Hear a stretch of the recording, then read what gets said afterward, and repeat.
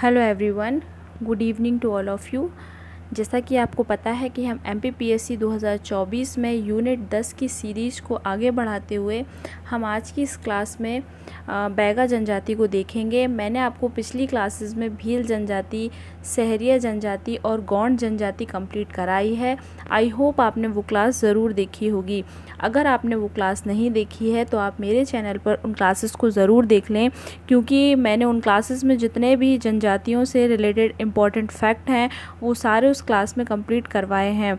तो आज के लिए हम बैगा जनजाति लेकर आए हैं, जो कि एग्ज़ाम पॉइंट ऑफ व्यू से बहुत ही इम्पॉर्टेंट जनजाति हो जाती है।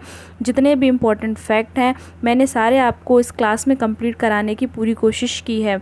तो चलिए हम स्टार्ट करते हैं आज की हमारी जनजाति बैगा जनजाति।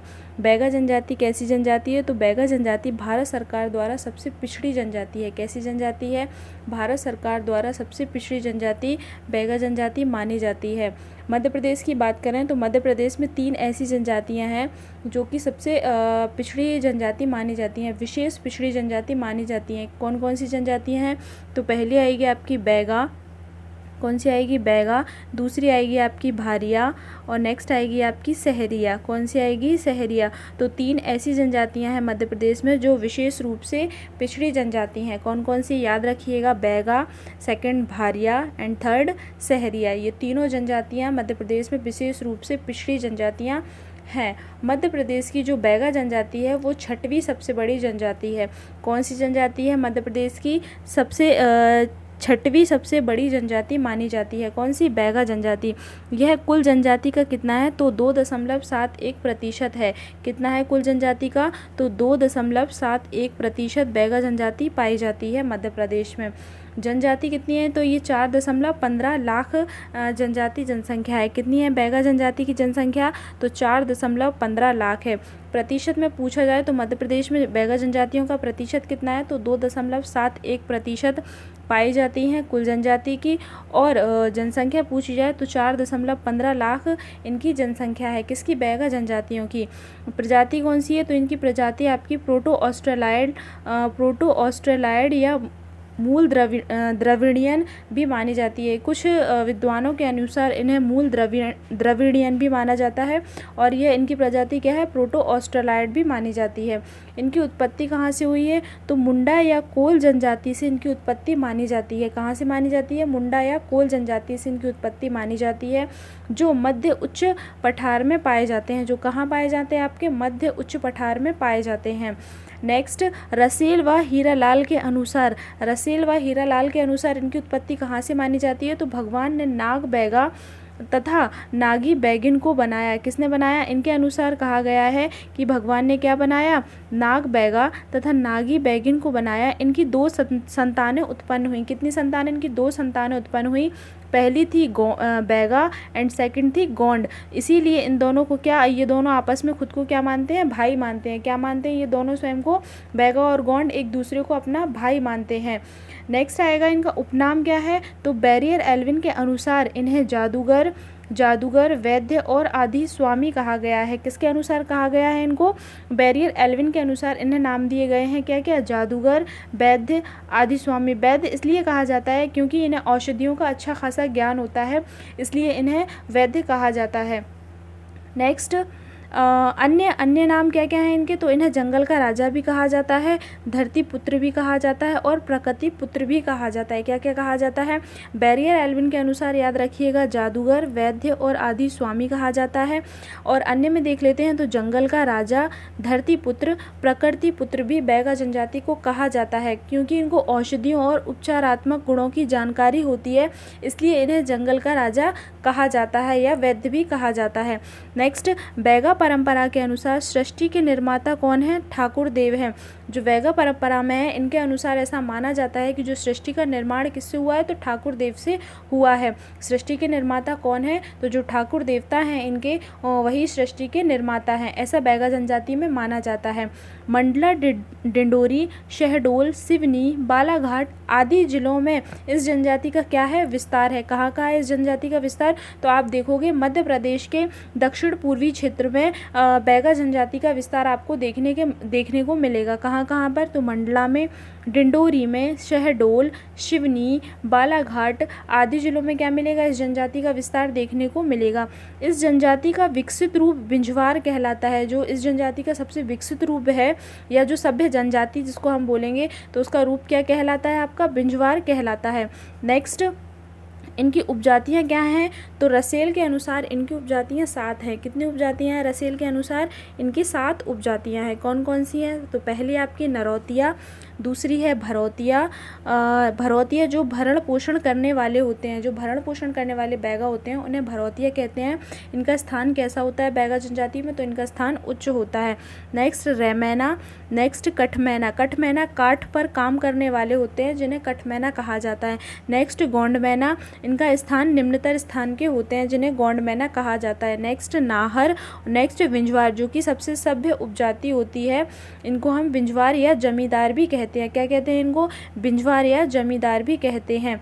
नेक्स्ट मुंडीपा। मुंडीपा कौन होती है, तो सफाचट मूछ रखने वाले जो होते हैं उन्हें मुंडीपा कहा जाता है। बैगा जनजाति में जो सफाचट मूछ रखते हैं उन्हें मुंडीपा कहा जाता है। नेक्स्ट देखते हैं इनकी सामाजिक विशेषताएं क्या क्या हैं, तो बैगा समाज कैसा है आपका, पितृसत्तात्मक पुरुष प्रधान समाज है। कैसा समाज है, पितृसत्तात्मक पुरुष प्रधान समाज है। गांव का मुखिया क्या कहलाता है, तो इनका गांव का मुखिया मुकद्दम कहलाता है। क्या कहलाता है, बैगा जनजाति में जो गांव का मुखिया होता है उसे मुकद्दम कहते हैं। नेक्स्ट मुकद्दम का सहायक, जो मुकद्दम का सहायक होता है वो कौन कहलाता है, तो दीवान कहलाता है। मुकद्दम का सहायक कौन होगा, दीवान होता है। गाँव का मुखिया को क्या कहा जाएगा, तो गाँव के मुखिया को बैगा जनजाति में मुकद्दम कहते हैं, और जो मुकद्दम होता है उसका सहायक कौन कहलाता है, तो दीवान कहलाता है। राशन का प्रबंध, जो बैगा जनजाति में राशन का प्रबंध करता है उसे क्या कहते हैं, तो समरथ कहते हैं। क्या कहते हैं, समरथ कहते हैं। नेक्स्ट प्रशासनिक व्यवस्था की देखभाल करता है उसे क्या कहते हैं, कोटवार कहते हैं। क्या कहते हैं, कोटवार कहते हैं। ये बहुत ही इंपॉर्टेंट फैक्ट हैं सारे, ये आपको सारे याद करना पड़ेंगे क्योंकि यहाँ से क्वेश्चंस कैसे भी बन सकता है कि बैगा जनजाति में गाँव के मुखिया को क्या कहा जाता है, तो मुकद्दम कहा जाता है। बैगा जनजाति में मुकद्दम का सहायक कौन होता है, तो दीवान होता है। बैगा जनजाति में राशन का प्रबंध कौन करता है, तो आप बोलोगे समरथ करता है। नेक्स्ट गांव का पुरोहित या पंडा क्या कहलाता है, जो गांव का पुरोहित या पंडा होता है उसे देवार भूमिया या बेबात कहते हैं। तो बैगा जनजाति में जो गांव का पुरोहित या पंडा होता है उसे देवार भूमिया या बेबात कहते हैं। गांव को पूर्वा या टोला कहते हैं। क्या कहते हैं, जो पूरा गांव होता है उसे क्या कहते हैं, पूर्वा या टोला कहते हैं। नेक्स्ट घर लकड़ियों की सुरक्षा घेरे से घिरा होता है। जो इनका घर होता है वो कैसे घिरा होता है, लकड़ियों की सुरक्षा घेरे से घिरा होता है जिसे मैरो कहते हैं। क्या कहते हैं, मैरो कहते हैं। घर इनका चारों तरफ लकड़ियों के सुरक्षा घेरे से घिरा होता है जिसको हम क्या कहते हैं, मैरो कहते हैं। नेक्स्ट वस्त्र एवं आभूषण देख लेते हैं इनके, तो पुरुषों के वस्त्रों को क्या कहते हैं, पटका या लंगोटी कहा जाता है। क्या कहा जाता है, जो पुरुष वस्त्र पहनते हैं उसको पटका या लंगोटी कहा जाता है। स्त्रियां क्या पहनती हैं, तो स्त्रियां कपची नामक साड़ी लपेटती हैं। क्या लपेटती हैं, तो स्त्रियां कपची नामक एक साड़ी होती है उसको लपेटती हैं। नेक्स्ट बालों में जो स्त्रियाँ होती हैं तो स्त्रियों के द्वारा कंद्री आभूषण लगाती हैं। बालों में क्या लगाती हैं, ये तो कंद्री नामक आभूषण को लगाती हैं। सुहागिन स्त्रियां तरकुल आभूषण को पहनती हैं। जो सुहागिन स्त्रियां होती हैं वो एक तरकुल आभूषण को क्या करती हैं, पहनती हैं। इनका भोजन देख लेते हैं, तो भोजन ये मांसाहारी और शाकाहारी दोनों ही प्रकार का भोजन करते हैं। कैसा करते हैं, ये मांसाहारी भोजन भी करते हैं और शाकाहारी भोजन भी करते हैं। इनका मुख्य भोजन क्या है, तो इनका मुख्य भोजन पेज होता है। इनके सुबह के भोजन को बासी कहा जाता है, इनके दोपहर के भोजन को पेज कहा जाता है, रात्रि के भोजन को ब्यारी कहा जाता है। क्योंकि ये गोंड और बैगा जनजाति एक दूसरे को अपना भाई मानते हैं इसलिए इनकी बहुत सी चीज़ें आपकी सेम मिलेंगी। गोंड में भी जो है वही यहाँ पर आपको बैगा में देखने को मिल जाएंगी। यही गोंड में है, गोंड में भी सुबह के भोजन को बासी कहते हैं, दोपहर के भोजन को पेज कहते हैं और रात्रि के भोजन को क्या कहते हैं, ब्यारी कहते हैं। नेक्स्ट महलोन के पत्ते का संग्रहण करके दोना तथा पत्तल बनाते हैं। ये क्या करते हैं, जो बैगा जनजाति के लोग होते हैं वो महलोन के पत्ते का क्या करते हैं, संग्रहण करके के दोना तथा पत्तल बनाते हैं। इन्हीं दोना पत्तल में भोजन करते हैं। और क्या करते हैं, इन्हीं दोना पत्तल में भोजन भी करते हैं। नेक्स्ट देख लेते हैं इनकी आर्थिक विशेषताएं क्या क्या हैं। तो इनका प्रमुख कार्य क्या है, तो इनका प्रमुख कार्य है आपका कृषि, शिकार तथा मछली पालन करना। बैगा जनजातियों का प्रमुख कार्य क्या है, तो उनका प्रमुख कार्य है आपका कृषि करना, शिकार करना और मछली का पालन करना। धरती को अपनी माता मानते हैं। ये क्या करते हैं, ये धरती को अपनी माता मानते हैं और धरती का इस्तेमाल नहीं करते हैं। ये धरती को अपनी माता मानते हैं, इसलिए क्या करते हैं, ये धरती पर हल का इस्तेमाल करना वर्जित समझते हैं। नेक्स्ट आएगा इनकी खेती कैसी होती है, तो ये झूम खेती करते हैं जिसे बेबार या पोंडू कहते हैं। क्या कहते हैं, बेबार या पोंडू कहते हैं। नेक्स्ट देखते हैं पोडा पोदा प्रथा क्या है, तो पोडा पोदा प्रथा क्या होती है, इसमें बैलों का प्रयोग नहीं करते हैं एवं कुछ बैगा बैलों का प्रयोग करके उपज का आधा भाग देते हैं। जो कुछ बैगा होते हैं वो बैलों का प्रयोग तो करते हैं लेकिन उसके बदले क्या करते हैं, उपज का आधा भाग दे देते हैं। नेक्स्ट धार्मिक विशेषताएं, तो इनकी धार्मिक विशेषताएं क्या होती हैं। बैगा गुनिया या देवार से जादू करवाते हैं। किससे जादू करवाते हैं, तो बैगा गुनिया या देवार से जादू करवाते हैं। जादू करवाने वाले को क्या कहते हैं, तो गुनिया या देवार कहते हैं। नेक्स्ट यह बहुदेववादी एवं प्रकृति पूजक होते हैं। ये कैसे होते हैं बैगा जनजाति के लोग, तो बहुदेववादी होते हैं और प्रकृति के पूजक होते हैं। बूढ़ा देव पीढ़ियों की रक्षा करने वाले देव होते हैं। इनका निवास स्थल साल वृक्ष के नीचे होता है। क्या होता है, साल वृक्ष या साज वृक्ष के नीचे इनका निवास स्थल होता है। नेक्स्ट आएगा आपका ठाकुर देव। तो ठाकुर देव कौन होते हैं, ग्राम व भूमि के देवता होते हैं। कौन होते हैं, ग्राम व भूमि के देवता होते हैं इनके ठाकुर देव। निवास, इनका निवास कहाँ होता है, तो सरई या महुआ वृक्ष के नीचे होता है। बूढ़ा देव का निवास पूछा जाए तो आपका साल वृक्ष या साज वृक्ष के नीचे होता है, जबकि ठाकुर देव का निवास स्थल पूछा जाए तो सरई या महुआ वृक्ष के नीचे इनका निवास स्थल होता है। इन्हें बैगा जनजाति में इन्हें सृष्टि का निर्माता भी माना जाता है। किसको माना जाता है सृष्टि का निर्माता, तो ठाकुर देव को माना जाता है। शोमन क्या होता है, तो शोमन धार्मिक कार्य करता है। शोमन क्या करता है बैगा जनजाति में, जो धार्मिक कार्य करता है उसे शोमन कहा जाता है। नेक्स्ट देखते हैं भीमसेन। भीमसेन कौन होता है, तो भीमसेन वर्षा का देवता होता है। नेक्स्ट खैरमाई बीमारियों से रक्षा करती हैं। नारायण देव जो कि कुल देवता होते हैं। बघेश्वर देवता धरती के देवता होते हैं जिन्हें बघेश्वर देवता कहते हैं बैगा जनजाति में। दूल्हा देव बीमारियों से रक्षा करने वाले देवता होते हैं जिन्हें दूल्हा देव कहा जाता है। बैगा जनजाति में जो बीमारियों से रक्षा करने वाले देवता होते हैं उन्हें दूल्हा देव कहा जाता है। इनकी सांस्कृतिक विशेषताएं देख लेते हैं। तो जन्म एवं मृत्यु संस्कार देखेंगे पहले। सुनमाई कौन होती है, तो बच्चे जनाने का कार्य करने वाली को क्या कहा जाता है, सुनमाई कहा जाता है। जो बच्चे जनाने का कार्य करती हैं उन्हें क्या कहा जाता है बैगा जनजाति में, तो सुनमाई कहा जाता है। झालर क्या होते हैं, तो झालर पिता शिशु के बाल काटता है उसे झालर कहते हैं। किसे कहते हैं झालर, जब पिता शिशु के स्वयं बाल काटता है उसे क्या कहते हैं, झालर कहते हैं। नेक्स्ट जन्म के समय शिशु को सभी प्रकार का धान मिलाकर रखते हैं जिसे बर्रा दाना कहते हैं। जन्म के समय क्या करते हैं, शिशु को सभी प्रकार का धान मिलाकर रखते हैं जिसे क्या कहते हैं, बर्रा दाना कहते हैं। इनमें दफनाना और जलाना दोनों प्रथाएं होती हैं।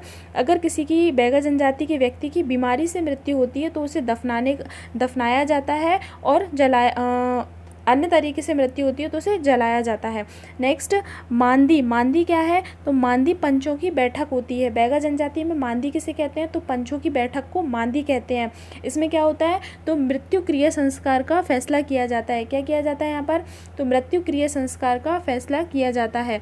नेक्स्ट सामरा प्रथा क्या होती है, मरने वाले व्यक्ति के मुंह में सोना या चांदी का सिक्का दही लगाकर रखा जाता है। कैसे रखा जाता है, तो जो मरने वाला व्यक्ति होता है उसके मुंह में क्या रखते हैं, सोना या चांदी का सिक्का दही लगाकर रख देते हैं जिसे हम क्या कहते हैं, सामरा प्रथा कहते हैं। नेक्स्ट आएगा आपका नहावल प्रथा क्या है, तो मृतक की अंतिम क्रियाकर्म में अनिवार्य रूप से नगाड़ा बजाना आपका नहावल प्रथा कहलाता है। बैगा जनजाति में नहावल प्रथा क्या है, तो नहावल प्रथा आपकी मृतक की अंतिम क्रियाकर्म में अनिवार्य रूप से नगाड़ा बजाना आपका नहावल प्रथा कहलाती है।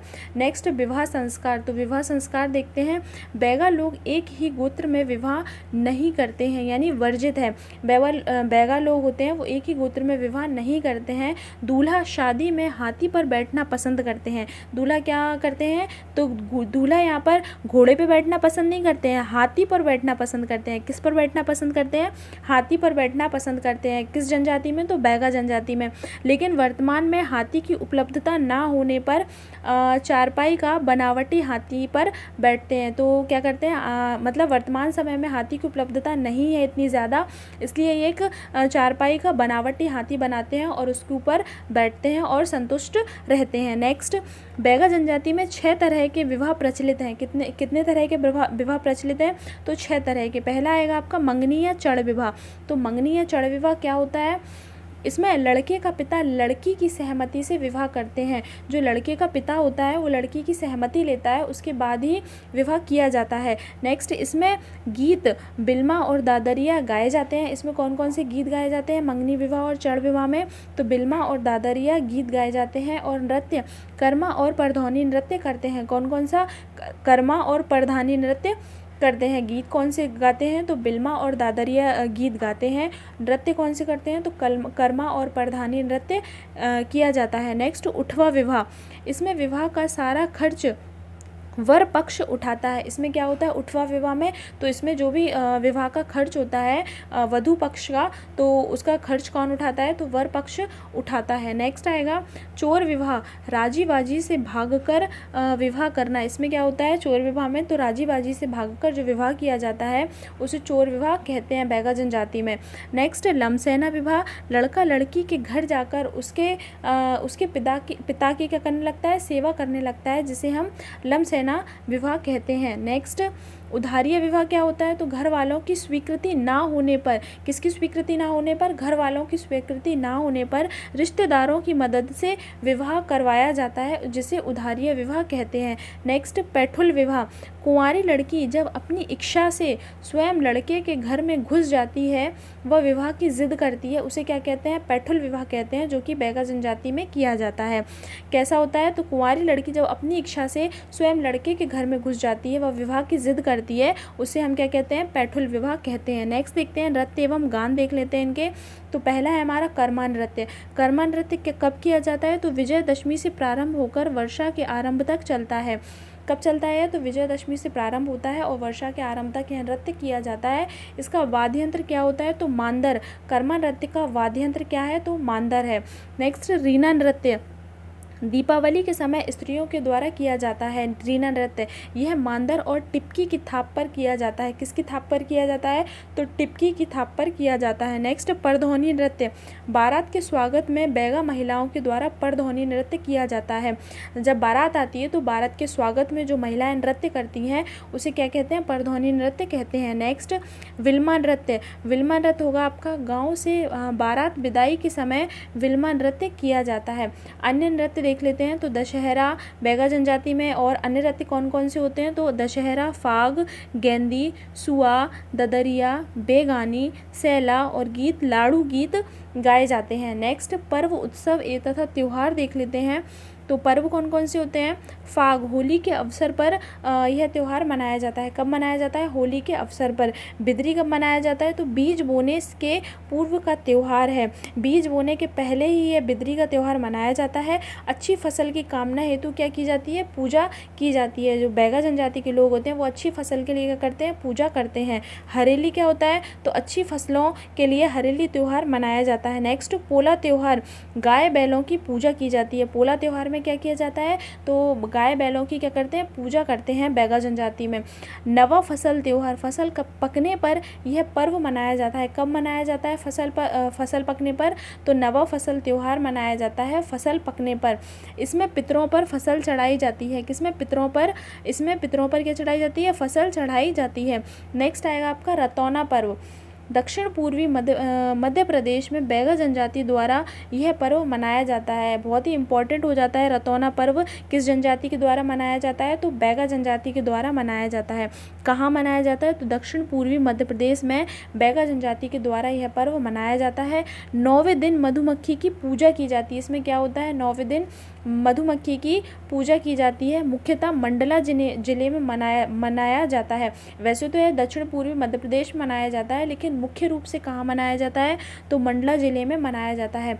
बैगा जनजाति शहद पर्व के रूप में मनाती है। इसे किस पर्व के रूप में मनाती है, रतौने पर्व को, तो शहद पर्व के रूप में बैगा जनजाति मनाती है। छेरता क्या है, तो यह बैगा बच्चों का त्योहार है। किसका त्योहार है, यह बैगा बच्चों का त्योहार है। नेक्स्ट, भाषा या बोली। बैगा अपनी बोली में बघेली भाषा का प्रयोग करते हैं। कौन सी भाषा का प्रयोग करते हैं, तो बघेली भाषा का प्रयोग करते हैं। इसमें गोंडी शब्दों का मिश्रण भी होता है। किसका मिश्रण होता है, तो इसमें गोंडी शब्दों का मिश्रण भी होता है। साहित्य देख लेते हैं, तो द बैगा बैरियर एल्विन के द्वारा रचित पुस्तक है, जिसमें बैगा जनजाति के बारे में विस्तार पूर्वक वर्णन दिया गया है। किसमें, द बैगा में। किसके द्वारा लिखी गई है, तो बैरियर एल्विन के द्वारा लिखी गई है, 1939 में लिखी गई है। बैगा जनजाति के बारे में इस बुक में बताया गया है। नेक्स्ट देखते हैं प्रमुख व्यक्तित्व। तो पहला है अर्जुन सिंह ध्रुवे। ये कहाँ के, इनका जन्म डिंडोरी में हुआ। बैगा जनजाति के परधौनी नृत्य के कलाकार हैं।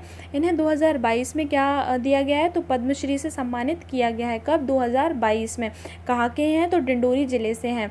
नेक्स्ट देखते हैं दुर्गा जोधैया बाई। जोधैया बाई कहाँ से है आपकी, जोधैया बाई आपकी उमरिया जिले से संबंधित है। यह प्रसिद्ध बैगा चित्रकार हैं। कौन है यह, प्रसिद्ध बैगा चित्रकार हैं। इन्हें पद्मश्री से सम्मानित किया गया है 2023 में। अर्जुन सिंह ध्रुवे को 2022 में पद्मश्री से सम्मानित किया गया है, और जोधैया बाई को पद्मश्री से 2023 में सम्मानित किया गया है। तो हमारी क्लास यहीं पर ख़त्म होती है। आई होप आपको ये सेशन पसंद आएगा। मिलते हैं नेक्स्ट वीडियो में। अगर आपको सेशन पसंद आता है तो हमारे चैनल को लाइक और सब्सक्राइब ज़रूर करें, और आप हमारे टेलीग्राम चैनल से भी जुड़ सकते हैं। Thank you.